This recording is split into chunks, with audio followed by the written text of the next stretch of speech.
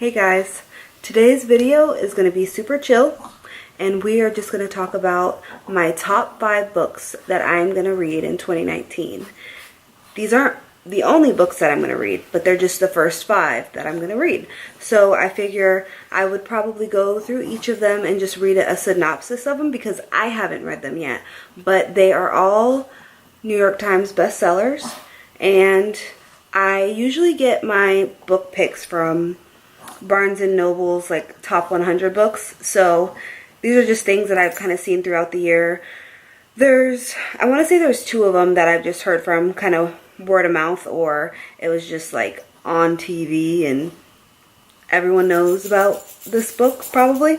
But yeah, so let's go through each book and see what I'll be reading in 2019, and maybe you'll want to read the books too. One of the 5 books that I'll be reading is One of Us is Lying by Karen M. McManus. And this is what the cover looks like. And I just found this book on Barnes & Noble's top 100, so that's why I decided to get it. And I'll read the synopsis to you, and that's how I chose to decide to read the book. And it says, "Pay close attention, and you might solve this. On Monday afternoon, 5 students at Bayview High walk into detention. Bronwyn, the brain, is Yale-bound and never breaks a rule. Addie, the beauty, is the picture-perfect homecoming princess. Nate, the criminal, is already on probation for dealing. Cooper, the athlete, is the all-star baseball pitcher. And Simon, the outcast, is the creator of Bayview High's notorious gossip app. Only Simon never makes it out of the classroom. Before the end of detention, Simon's dead. And according to investigators, his death wasn't an accident. On Monday, he died. But on Tuesday, he planned to post juicy reveals about all 4 of his high-profile classmates, which makes all 4 of them suspects in his murder. Or are they just the perfect patsies for a killer who's still on the loose? Everyone has secrets, right? What really matters is how far you would go to protect them." So that to me just sounded like a good book, and I thought I should read it. I kind of also judged a book by its cover, and I thought that this was like a pretty cool cover of a book. So hopefully it's a good read. I mean, it's a New York Times bestseller. I don't know if that really means anything, but I guess a lot of people have read it. So hopefully it is a good one. The next book on my list is another Barnes & Noble Top 100. I don't know if these books are still Top 100s because I bought them a while ago and I meant to read them in 2018, but I didn't, so they're rolling into 2019. The book that I'm talking about this time is going to be The Way I Used to Be by Amber Smith, and it reads as, "I want to get as far away from the past as possible, be as different from that girl as I can. Eden was always good at being good. Starting high school didn't change who she was. But the night her brother's best friend rapes her, Eden's world capsizes. What was once simple is now complex. What Eden once loved, who she once loved, she now hates. What she thought she knew to be true are now lies. Nothing makes sense anymore, and she knows she's supposed to tell someone what happened, but she can't. So she buries it instead. And buries the way she used to be. Told in 4 parts, freshman, sophomore, junior, and senior year, this provocative debut reveals the deep cuts of trauma, but it also demonstrates one young woman's strength as she navigates the disappointment and unbearable pains of adolescence. Of first love and first heartbreak, of friendships broken and rebuilt, all while learning to embrace a power of survival she never knew she had hidden within her." This just sounded kind of like touchy and intense, and I like intense reads. I know that the topic might be controversial, but sometimes you just gotta get controversial. So I think this will be a good one and get me in my feels. So maybe I should do like a book review after I read these books. If that's something that you want me to do, just let me know and I will. Book number 3 is a book that everybody should really know about. Doesn't matter what list it's on. It is Becoming Michelle Obama. I believe that this is actually the fastest #1 selling book of 2018. And so this is obviously something that I want to read. And I just think that she is beautiful inside and out. And I just would love to get to know her a little better. Get to know the woman beside the man. And I'm just excited to read this one. She's a classy lady. I'm sure it's going to tell her life story and time in the White House and all that good stuff. But let me go ahead and read the description. I actually haven't read this description, so I just bought it based on the fact that it's Michelle Obama. An intimate, powerful, and inspiring memoir by the former First Lady of the United States. When she was a little girl, Michelle Robinson's world was the south side of Chicago, where she and her brother Craig shared a bedroom in their family's upstairs apartment and played catch in the park, and where her parents, Fraser and Marion Robbins, raised her to be outspoken and unafraid. But life soon took her much further afield from the halls of Princeton, where she learned for the first time what it felt like to be the only black woman in a room, to the glassy office tower where she worked as a high-powered corporate lawyer, and where one summer morning a law student named Barack Obama appeared in her office and upended all her carefully made plans. Here, for the first time, Michelle Obama describes the early years of her marriage as she struggles to balance her work and family with her husband's fast-moving political career. She takes us inside their private debate over whether she should make a run for the presidency and her subsequent role as a popular but often criticized figure during his campaign. Narrating with grace, good humor, and uncommon candor, she provides a vivid, behind-the-scenes account of her family's history, making launch into the global limelight, as well as their life inside the White House over 8 momentous years.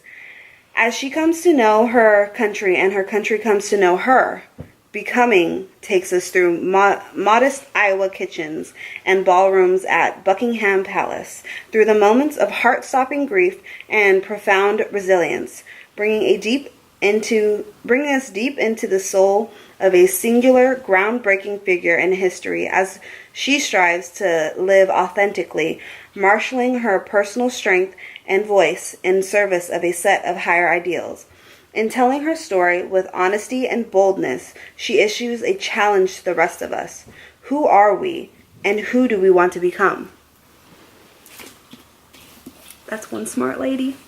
Book number 4 is Looking for Alaska by John Green. This is what the cover looks like. And he has also written The Fault in Our Stars, so he has some good books out. What caught my attention with this book is basically just what it read. Miles Pudge Halter's whole existence has been one big non-event, and his obsession with famous last words has only made him crave the great perhaps, Francois Rabelais' poet, even more. He heads off to the sometimes crazy, possibly unstable, and anything but boring world of Culver Creek boarding school, and his life becomes the opposite of safe, because down the hall is Alaska Young, the gorgeous, clever, funny, sexy, self-destructive, screwed up, and utterly fascinating Alaska Young, who is an event unto herself.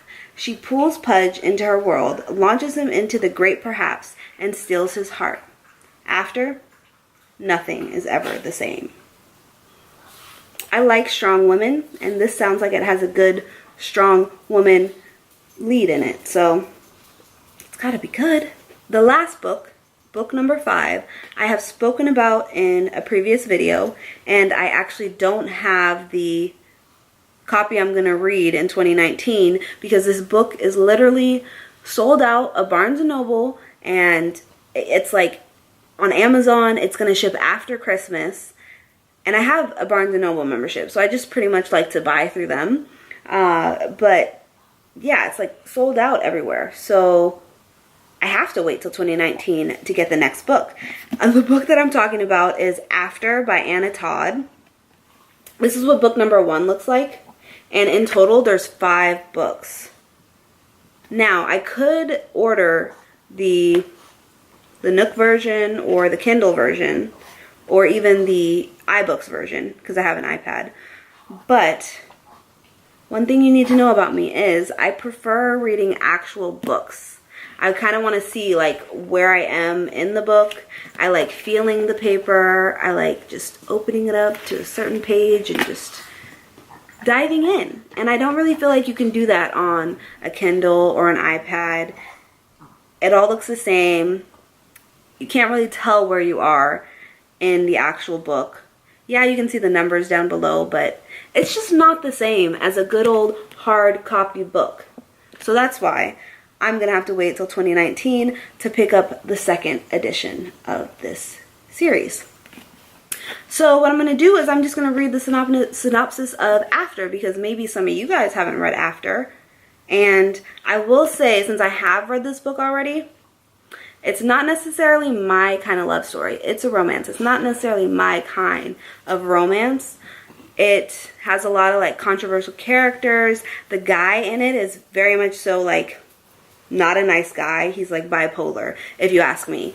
The girl, she seems cool, but the relationship is basically based off of lies. And so she doesn't really know that. And the end has a complete cliffhanger. So with the cliffhanger, I have to read the next one. But let me go ahead and read what this book is about.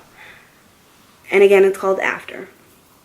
Tessa is a good girl with a sweet, reliable boyfriend back home. Oh, that's another thing. She cheats on her boyfriend. But whatever.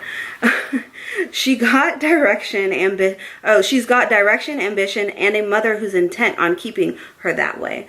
But she's barely moved into her freshman dorm when she runs into Hardin. With his tousled brown hair, cocky British accent, tattoos, and lip ring, Hardin is cute and different from what she's used to. But he's also rude, to the point of cruelty, even. He is cruel. For all of his attitude, Tessa should hate Hardin, and she does, until she finds herself alone with him in his room. Something about his dark mood grabs her, and when they kiss, it ignites within her a passion she's never known before. He'll call her beautiful, then insist he isn't the one for her, and disappear without a word. Despite the reckless way he treats her, Tessa is compelled to dig deeper and find the real Hardin beneath all his lies. He pushes her away, and again, yet every time she pushes back, he only pulls her in deeper. Tessa already has the perfect boyfriend, so why is she trying so hard to overcome her own hurt pride? Why is she trying so hard to overcome her own hurt pride and Hardin's prejudice about nice girls like her? Unless, could this be love? Anna Todd's After fan fiction racked up 1 billion reads online and captivated readers across the globe. Now experience the internet's most talked about book for yourself. So the next book, the one that I'm trying to purchase, is After We Collided. And then I guess the one after that is After We Fell. And the one after that is After Ever Happy. And I could have swore that there is another one too. I'm pretty sure there's 5. This is what the other books look like. I need to get that one.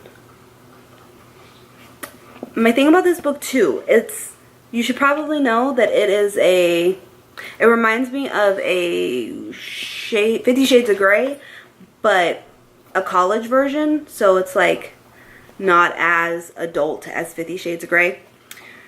And then again, like the relationship is not healthy. So you have to recognize that this is just a story. And the reviews on Barnes & Noble are freaking crazy about this book. Like, it's a book. It's just a book. It's not factual, although there are probably people with relationships like this. And I would hope that they would know that they should stick around. This is not a relationship to idle, okay? But it's a good read. Hopefully at least one of those books interested you. I am going to read all of them because they all interested me, and then maybe after I read them I can do like a little book review and see how they really are. That's pretty much it, folks. Have a great night, and I'll see you tomorrow. Bye.